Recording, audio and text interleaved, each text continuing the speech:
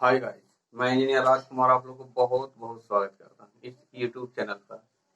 यहाँ पर अभी क्लास 12 का एनसीईआरटी मैथ में वेक्टर चल रहा है, जिसमें मिसलेनियस का चैप्टर चालू है। ठीक है ना, इसके पहले और सब हो गया है। ठीक है ना, तो आप डिस्क्रिप्शन बॉक्स में जाकर देख सकते हैं सभी चैप्टर को। ठीक है ना, तो इस तरह से आपका पूरे चैप्टर नजर आ जाएगा और वहां से पढ़ सकते हैं। ठीक है, और इम्पोर्टेंट मार्क क्लास 6 से 10 तक फिजिक्स केमिस्ट्री मैथ और 11-12 का स्पेशल मैथ सभी सीबीएसई और बीएसई मॉडल दिया जाता है। ठीक है ना, और जनरल कंपटीशन एग्जाम के लिए जीके जीएस का भी कुछ क्वेश्चन दिया जाता है।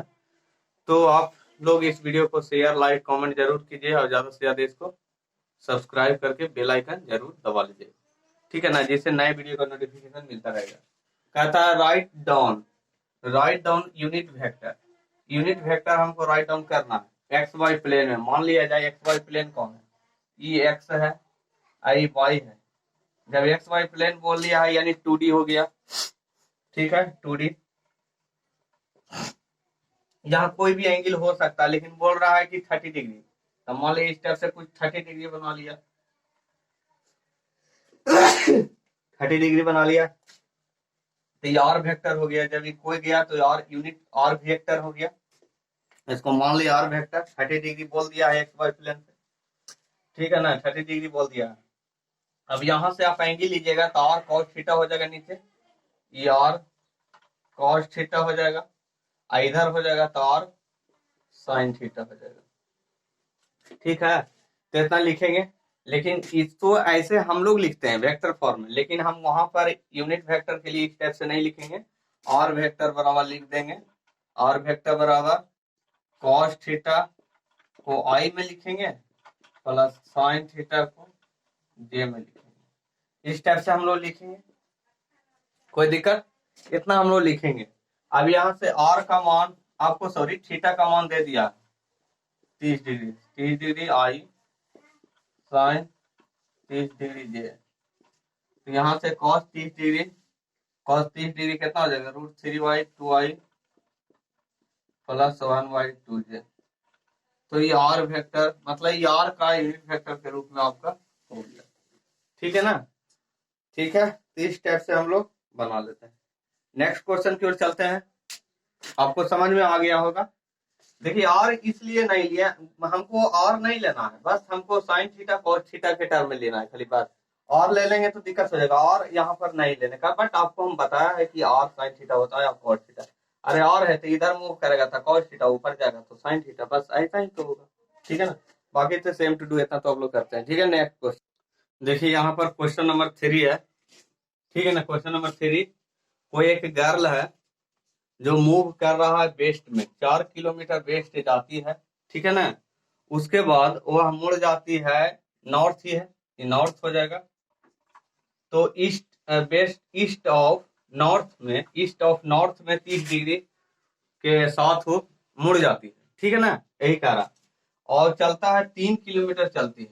कहाँ तक? 3 किलोमीटर चलती है। तो इसका डिस्प्लेसमेंट क्या होगा? ठीक है ना, आपके पास क्वेश्चन है। क्वेश्चन देखिए, a girl walk 4 kilometre toward west में जा रहा है और कहता है she walking in the direction 30 degree east of north and stop 30 degree east of north.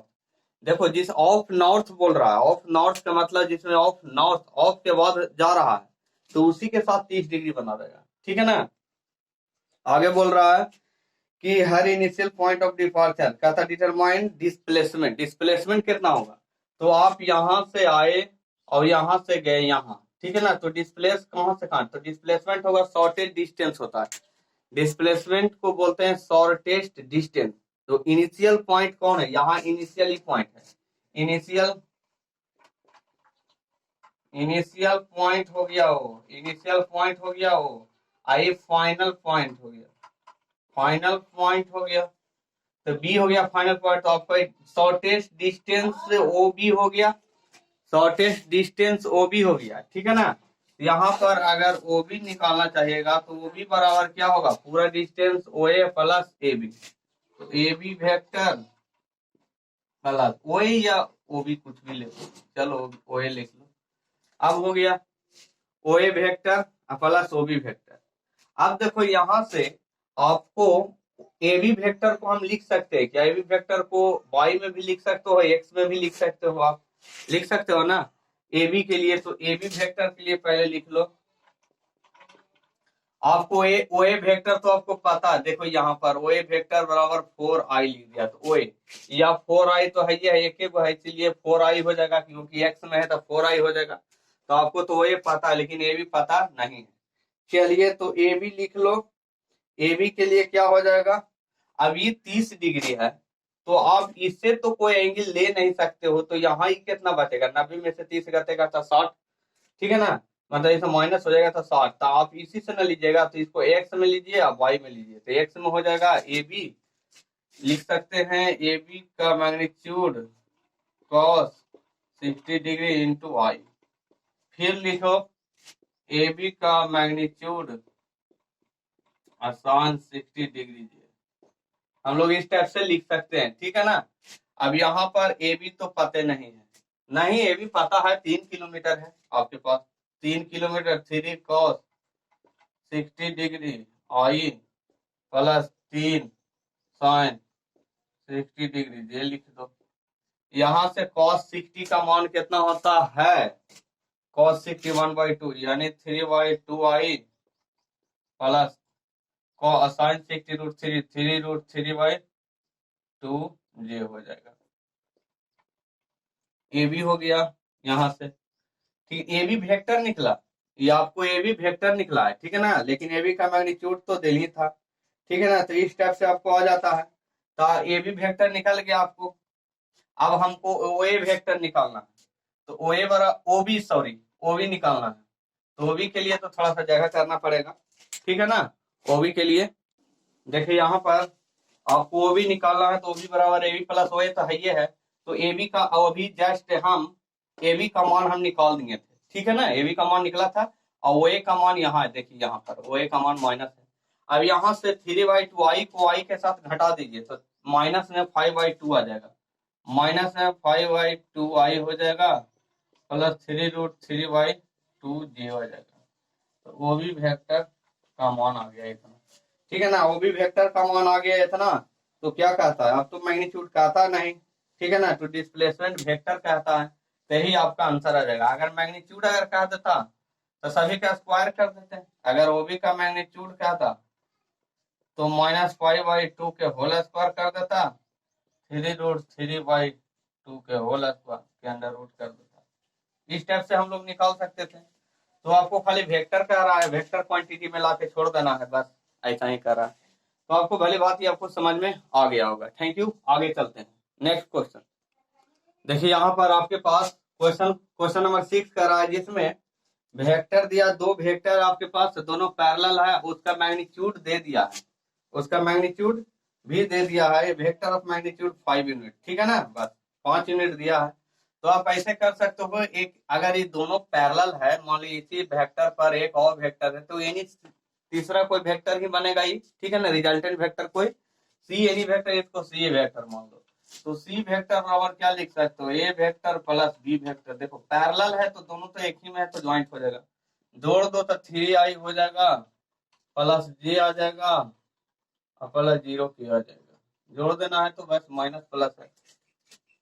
अब सी वेक्टर का मैग्नीट्यूड निकाल लीजिए, तो 3 3 9 प्लस 1, 9 प्लस 1 का मान 10, तो √10 आएगा, ठीक है ना।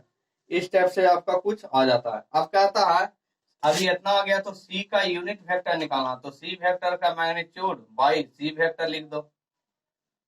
सी वेक्टर बटे सी वेक्टर का मैग्नीट्यूड होता है, ठीक है, सी वेक्टर 3i प्लस जे बटे √10। अब कहता है आपके पास 5 यूनिट दे दिया, इसका मैग्नीट्यूड आपके पास कितना दिया, 5 यूनिट।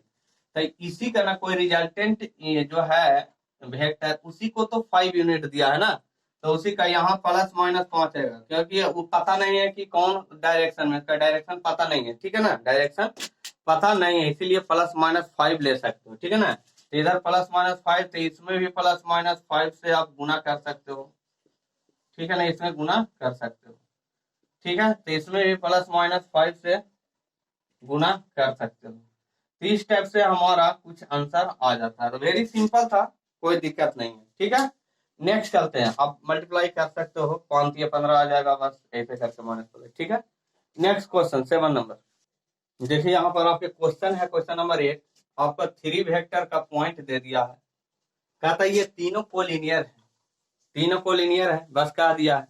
उसके बाद कहता है कि फाइंड द रेशियो, कोई डिवाइडिंग करता है, डिवाइड करता है, कहता है find the ratio B divide A C. जब बी डिवाइड ए सी है, कोई बी डिवाइड है जो ए सी को डिवाइड कर रहा है, एसी लाइन को बी डिवाइड कर रहा है, तो ओ बी वेक्टर बी को क्या लिख सकते हो, ओ बी लिख सकते हो। तो डिवाइड करेगा कोई लाइन को, वो ऐसे एक्सटर्नली तो नहीं बट इंटरनली कोई लाइन है, इसको डिवाइड करेगा कोई लाइन, तो इस तरह से ही होगा, इंटरनली ही होगा। तो इसको लेमडा इक्टू 1 में हम इसको मतलब हम रेशियो में बांट सकते हैं कि लेमडा इक्टू 1 में डिवाइड करेगा। ठीक है ना। अब देखो कुछ ऐसा होगा, कुछ ऐसा होगा। जब हम आपको बताए थे कि मान ली ए बी लाइन है, तो मान ली ए पर कुछ होगा तो ये लेमडा है 1 है, तो 1 को इससे गुना होगा, लेमडा को इससे गुना। अभी है कि ओ ए है कि ओ सी है, कोई सी पॉइंट होगा, ऐसा हो सकता है। ठीक है ना, ऐसा भी हो सकता है। ठीक है ना। तो यहाँ पर ओ सी और ओ ए, ठीक है ना। देखिए वो कह रहा है ना कि बी है जो ए सी को डिवाइड कर रहा है, बी पॉइंट एसी को डिवाइड कर रहा था, बी पॉइंट बीच में है, आईएसी कोई लाइन है उसको डिवाइड करेगा, तो लेमडा इक्टू 1 में ही, मतलब हम माने हैं लेमडा इक्टू 1, आप कुछ भी मान सकते हो। ठीक है ना, लेकिन जब भी मानिएगा लेमडा की जगह पर कुछ और, तो 1 एक को 1 मानना ही आपको अच्छा रहेगा। ठीक है ना। एनीवे तो हम कुछ इस टाइप से है, तो ओ भी लिखना है तो क्या लिख सकते हैं, अगर सी को लिखेंगे तो ओ सी हो जाएगा, ए को लिखेंगे तो ओ भी लिखेंगे, तो लेमडा इंटू ओ सी भी लिख सकते हैं, lambda into O C, lambda into O C plus, तो 1 इंटू ओ ए लिखो, 1 इंटू ओ ए लिख लिया, अब बाटे लेमडा प्लस 1। हम लोग इस टाइप से इंटरनली डिवाइड हो रहा है, इंटरनली डिवाइड हो रहा है, इंटरनली डिवाइड हो रहा है, इंटरनली माने अंदर में, अगर एक्सटर्नली रहता तो माइनस हो जाता। अब देखो यहां से आपको ओसी लेना है, ओसी आपको वेक्टर पता होगा। ठीक है ना, ओसी वेक्टर पता, हाँ है सी के लिए ओसी हो जाएगा ना, बी के लिए ओ बी हो जाएगा, ए के लिए ओ ए हो जाएगा। तो यहाँ से लेमडा इंटू ओसी को लिख लो 11i plus 3j plus 7k लिख सकते हो, और 1 इंटू ओ ए को लिख लो, ओ ए को आई माइनस 2j प्लस 8k। इस टाइप से हम लोग कर सकते हैं, अपटे लेमडा प्लस 1। ओबी को भी लिख दो 5i plus 0j minus 2k। इस टाइप से हम लोग कर सकते हैं। देखिए यहाँ पर आपको ये दोनों को इक्वेट करेंगे, गुना करके इधर भी इसको भी एडिशन करेगा और इसको ही गुना हो जाएगा। ठीक है ना, तो कुछ लेमडा का टर्म इधर आएगा। ठीक है ना, इधर भी लेमडा का टर्म, तो लेमडा वाला को हम लोग इक्वेट कर देंगे, लेमडा वाला को इक्वेट करेंगे, तो कुछ हमारा 5 इंटू लेमडा प्लस 1 आ जाएगा, 11 लेमडा प्लस 1 आ जाएगा। आप इसको सोल्यूशन कर लीजिएगा। ठीक है ना, उससे पता आपको चल जाएगा। ठीक है, तो यहाँ से आपको कुछ लेमडा, तो 5 लेमडा प्लस 5 बराबर 11 लेमडा प्लस 1 आ गया। ठीक है ना, तो 5 लेमडा उधर आके इधर हो जाएगा 4 बराबर हो जाएगा 6 5 11 6 लेमडा, यानी वो अगर 4/6 करते हो तो लेमडा बाई 1 हो जाएगा, लेमडा इक्टू 1 आ जाएगा, तो यहाँ 2 हो जाएगा 3 हो जाएगा, यानी 2/3 बराबर लेमडा इक्टू 1। लेमडा इक्टू 1 का मान 2/3 आ जाता है। तो वेरी सिंपल था, खाली इक्वेट करना था। ठीक है ना।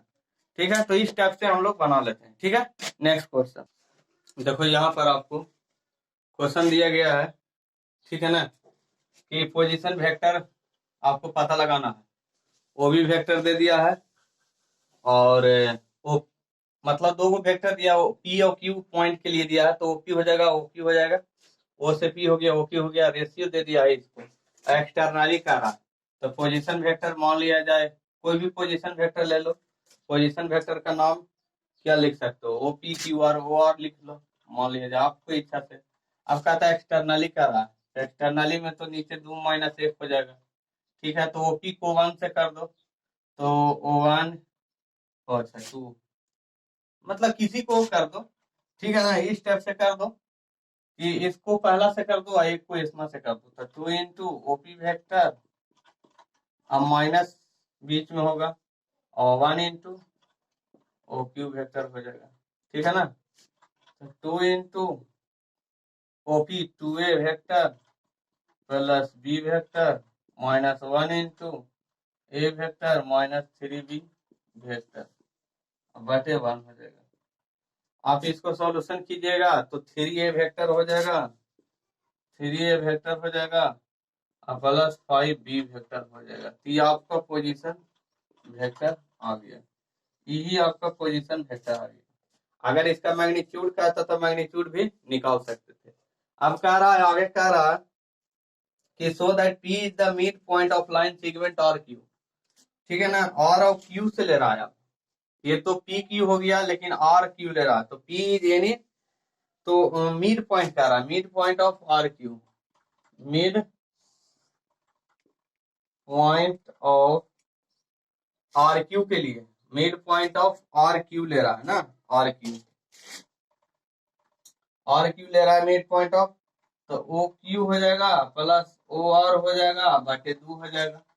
ओ क्यू आर क्यू है तो आर के लिए ओ आर हो जाएगा, ठीक है ना, और क्यू के लिए आर क्यू हो जाएगा, ठीक है ना। अब बटे 2 मिड पॉइंट का रहा, तो ओ क्यू पाते हैं, ओ क्यू है ये है A vector minus 3b vector, O R किधर गया, यह है 3a प्लस 5b वेक्टर बटे 2, इधर हो जाएगा 4a vector plus 2b vector बटे 2, कटिंग हो जाएगा तो 2a vector plus b vector हो जाएगा। हमारा इस स्टेप से आंसर आ जाता है कुछ, ठीक है ना। तो ये आपका मिड पॉइंट हो गया, ये आपका पोजीशन वेक्टर आ गया।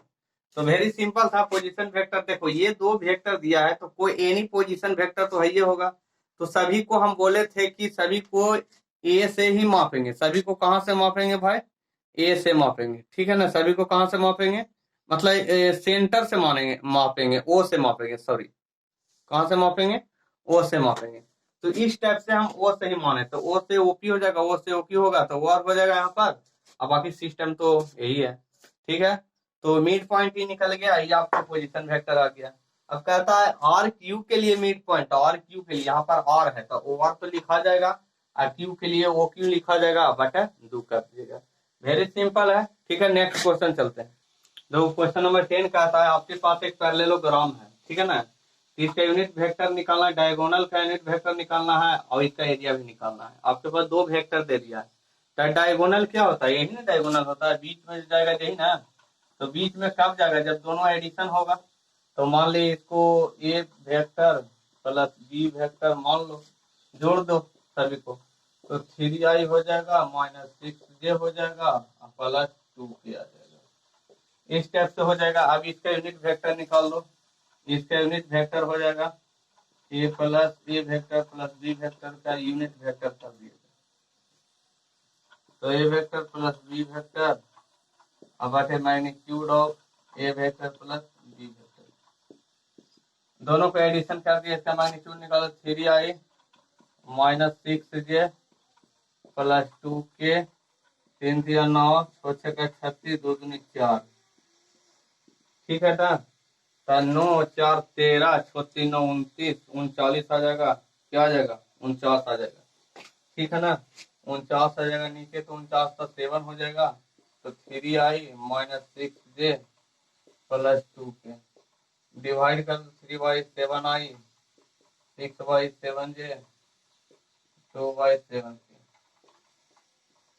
तो ये आपका यूनिट वेक्टर ऑफ डायगोनल निकल गया, यूनिट वेक्टर ऑफ डायगोनल निकल गया, एडिशन हो गया सभी का। इसका मैग्नीट्यूड निकाल दिया, बस 49 का वर्गमूल 7 होता है, बाकी सब डिवाइड कर दिया। अब इसको कहता है एरिया, एरिया क्या हो जाएगा, एरिया तो होता है ना ए क्रॉस बी, ए वेक्टर क्रॉस बी वेक्टर बराबर आई जे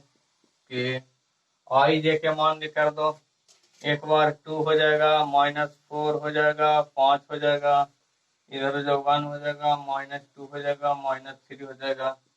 इसको निकाल देना, इसको निकालेगा तो कुछ वेक्टर फॉर्म में आएगा, जो लिख देते हैं आपको 22i प्लस 11j आ जाएगा, ठीक है ना। फिर इसका मैग्नीट्यूड निकालना है, क्रॉस बी वेक्टर का मैग्नीट्यूड निकाल दो, तो 22 के स्क्वायर प्लस 11 के स्क्वायर कर दिया जाए, टोटली निकलेगा 15√2 यूनिट वेक्टर, सॉरी 11√2 आ जाएगा। यहाँ से 11 निकलेगा तो यहाँ √2 आ जाएगा, 11√2 यूनिट के स्क्वायर हो जाएगा। तो वेरी सिंपल था, कुछ है नहीं, ये तो आपको बताइए किए थे, ये भी बताया, सब बताया गया है, लेकिन आप लोग भुला जाते हैं, तो यही दिक्कत है, भुलाइए नहीं, बस हमको ऐसे जैसे कहता है वैसे ही हमको चलते रहना है बस, और उसमें कोई दिक्कत नहीं है। तो ये आपको डायगोनल के यूनिट वेक्टर निकल गया, ये आपका एरिया निकल गया, और पैरेललोग्राम का एरिया क्या होता है, बस एल गुने बी होता है, उसी के अनुसार से क्रॉस निकल दिया, क्रॉस का जो भी वैल्यू आया उसका मैग्नीट्यूड निकाल के रूट हो गया, मतलब आंसर हो गया 11√2 यूनिट हो गया। तो वेरी सिंपल था, ठीक है ना। नेक्स्ट क्वेश्चन की ओर चलते। देखिए यहाँ पर आपके क्वेश्चन है, क्वेश्चन नंबर 12, ए वेक्टर दिया, बी वेक्टर, सी वेक्टर, आइए फाइंड करना डी वेक्टर, यानी कोई डी वेक्टर होगा, तो डी वेक्टर को मान लो, क्या मान लिया जाए, d1i, d2j, d3k मान लिया जाए, ठीक है। इसको मैं C vector dot D vector बराबर 15 दे दिया है, आइए मान लिया, इसी को तो हमको ज्ञात करना है। अब कह रहा है दोनों माने A vector B vector D vector पर परपेंडिकुलर है, दोनों क्या है, परपेंडिकुलर है, मतलब सी वेक्टर को परपेंडिकुलर नहीं किया तो ऐसा ही दे ही दिया, तो इसके लिए तो ठीक है। तो आप यहां से भी निकाल सकते हैं, इसको सी वेक्टर को लिख सकते हो 2i -j प्लस 4k, यहाँ हो जाएगा d1i d2j d3k बराबर 15। तो 2d1 हो जाएगा, -d2 हो जाएगा, -d3 हो जाएगा, 2d1। देखो यहाँ पर क्या है कि डॉट हम ले रहे हैं, तो डॉट में क्या होता है, डॉट में तो कॉस होता है, तो cos 0 1 हो जाएगा, cos 0 डिग्री अगर ले लेंगे तो 1 हो जाएगा, ठीक है ना। cos 90 डिग्री लेंगे तो 0 हो जाएगा। लेकिन हमको लेना परपेंडिकुलर बोल रहा है ना, क्या बोल रहा है, परपेंडिकुलर टू बोथ, ठीक है ना, परपेंडिकुलर टू बोथ बोल रहा है, ठीक है ना। तो यहाँ पर cos 90 ही लेना पड़ेगा, तो cos 0 1 होता है, cos 90 0 होता है, ठीक है ना, cos 90 0 होता है। चलो तो ठीक है, देख लेते हैं क्या क्या करना है। यहाँ से डॉट लगा दो तो 2d1 हो जाएगा, -d2 हो जाएगा, और प्लस 4d3 बराबर 15 हो जाएगा। तो इस टाइप से हमारा कुछ इक्वेशन हो जाएगा 3। फिर यहाँ से एक बार एडी ले लो, एक बार बीडी ले लो, ए वेक्टर डॉट डी वेक्टर ले लो, तो गुना कर दो, d1 हो जाएगा, 4d2 हो जाएगा, प्लस 2d3 हो जाएगा। फिर B vector dot D vector ले लिया जाए, बी और डी ले लो, बी और डी, तो फिर हो जाएगा 3d1 -2d2 प्लस 7d3, एक हो गया दोनों। अब दोनों तीनों को सॉल्यूशन कीजिएगा तो कुछ d1 d2 निकल जाएगा, तीनों को सॉल्यूशन कीजिएगा तो d1 d2 निकलेगा। तो कुछ तीनों को solve this equation, solve this 1 2 3 equation, तीनों को सोल्व कीजिएगा, तीनों को सोल्व कीजिएगा तो d1 का मान यहाँ निकल जाएगा, d1 का मान 160/3 और d2 के मान -5/3 और d3 के मान आ जाएगा 70 में -3, तो ये आपका d3 आ जाएगा। तो d1 d2 d3 निकल जाता है। फिर आपका इसको क्या करना है, फिर आप इसको डी वेक्टर निकाल लेना है, डी वेक्टर निकाल लो तो 160/3i हो जाएगा, माइनस में 5/3j हो जाएगा, माइनस में 70/3k आ जाएगा। अब फिर इसका मैग्नीट्यूड निकाल लो, तो डी वेक्टर का मैग्नीट्यूड निकालेगा, तो इसका मैग्नीट्यूड निकालेगा तो कुछ आ जाएगा इतना बाई 1/3, कॉमन ले लो 1/3, मैंने लिख सकते हो 1/3, या इतना ही छोड़ दो, मैग्नीट्यूड नहीं कहता तो वेक्टर कह रहा है, वेक्टर कह रहा है तो यही हो जाएगा, ठीक ना, मैग्नीट्यूड नहीं कह रहा तो वेक्टर कह रहा है तो यही हो जाएगा। आप यहाँ से 3 कॉमन भी ले सकते हो, तो इस टाइप से हमारा आंसर हो जाता है, ठीक है ना। तो वेरी सिंपल था। हाँ, थोड़ा सा यहाँ पर टफ है कि आपको 3 इक्वेशन को सोल्व करना है। 3 इक्वेशन को सोल्व करना है, ऐसे कर लेना, एक बार 1 2 लेना, एक बार 2 3 लेना, एक बार 3 1 लेना। तो 3 कंडीशन करके आपको चलना पड़ेगा। तो 3 कंडीशन चलिएगा तो कुछ 2 2 कटेगा, तो फिर 2 2 चीज आपको, जैसे समझ लो कि यहाँ 3 है तो आप कोई तो एक को काटना पड़ेगा आपको ना, तो एक कटेगा तो यहाँ पर 2 बचेगा, फिर से उसको सोल्यूशन आप कीजिएगा, तो फिर 2 में से फिर कटेगा एक, तो आपको 1 बचेगा। तो वहां इस टाइप से आप 2 2 करके चलिएगा, मतलब दो, इसको में 2 2 3 माने 6 बार लगभग आपको इक्वेशन को सोल्व करना पड़ेगा, ठीक है ना। तो इस टाइप से आपको कुछ हो जाता है, ठीक है ना। चलिए नेक्स्ट क्वेश्चन चलते हैं। देखो कह रहा है भाई, question number 13, the scalar product of vector I J K, ये स्केलर प्रोडक्ट ऑफ वेक्टर है और with unit vector along the sum of vector इतना equal to 1, find the value sum of vector, ये दोनों को सम कर दो, ये प्लस बी वेक्टर को सम कर दिया जाए, तो 2 प्लस लेमडा इंटू आई हो जाएगा, प्लस 4 4 2 6 ये हो जाएगा और माइनस 2 के हो जाएगा। ये तो सम ऑफ वेक्टर आ गया। अब आगे कहता है equal to 1, equal to 1 O unit vector equal to 1 O, दोनों को यूनिट वेक्टर करके अच्छा आप इसका यूनिट वेक्टर निकाल दो, मतलब दोनों का डॉट निकाल लेना। तो इतना तो सही है, इतना आ गया, इतना आ गया, इसको यूनिट वेक्टर कर दो और स्केलर प्रोडक्ट इससे मल्टीप्लाई कर देना। तो ये वेक्टर प्लस बी वेक्टर बटे mod of A vector plus B vector कर दिया जाए, तो कर दो 2 plus lambda into I plus 6 J minus 2 K, अब बटे इसको गुना कर दीजिए, 2 प्लस लेमडा का होल स्क्वायर 6 के होल स्क्वायर प्लस 2 के होल स्क्वायर का रूट। अब क्या था स्केलर प्रोडक्ट, माने स्केलर ट्रिपल प्रोडक्ट तो नहीं बोल सकते, लेकिन स्केलर ट्रिपल प्रोडक्ट में ही आता है स्केलर प्रोडक्ट, ठीक है ना। तो टेंशन मत लीजिए, ए बाहर होगा तो बी और सी, इस टाइप से हम लोग बताए थे कि ए का डॉट लेना है तो बी और क्रॉस सी लेना है, या आप किसी एक को डॉट लीजिए, 2 को क्रॉस लेना है, ठीक है ना, या आप बी लीजिएगा तो एक क्रॉस सी ले सकते हो।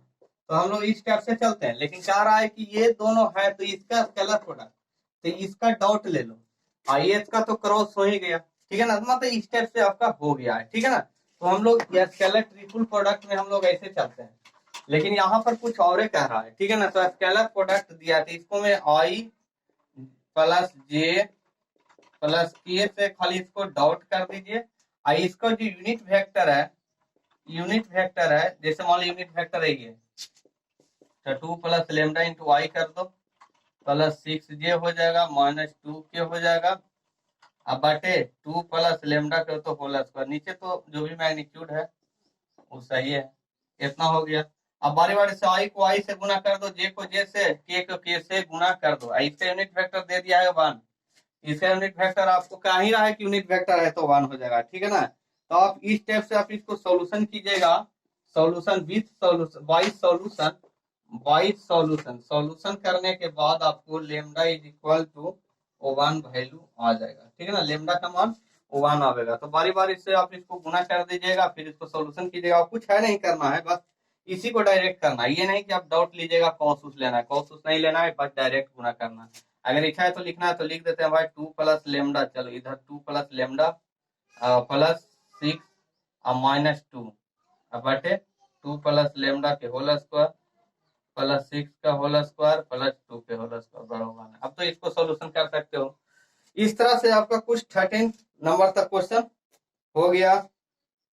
अब इसको में कुछ नहीं है, बॉक्स अपने बना लीजिएगा, ठीक है ना, अपने प्रैक्टिस कर लीजिएगा, ठीक है। इस तरह से आपके वेक्टर के चैप्टर समाप्त होते हैं।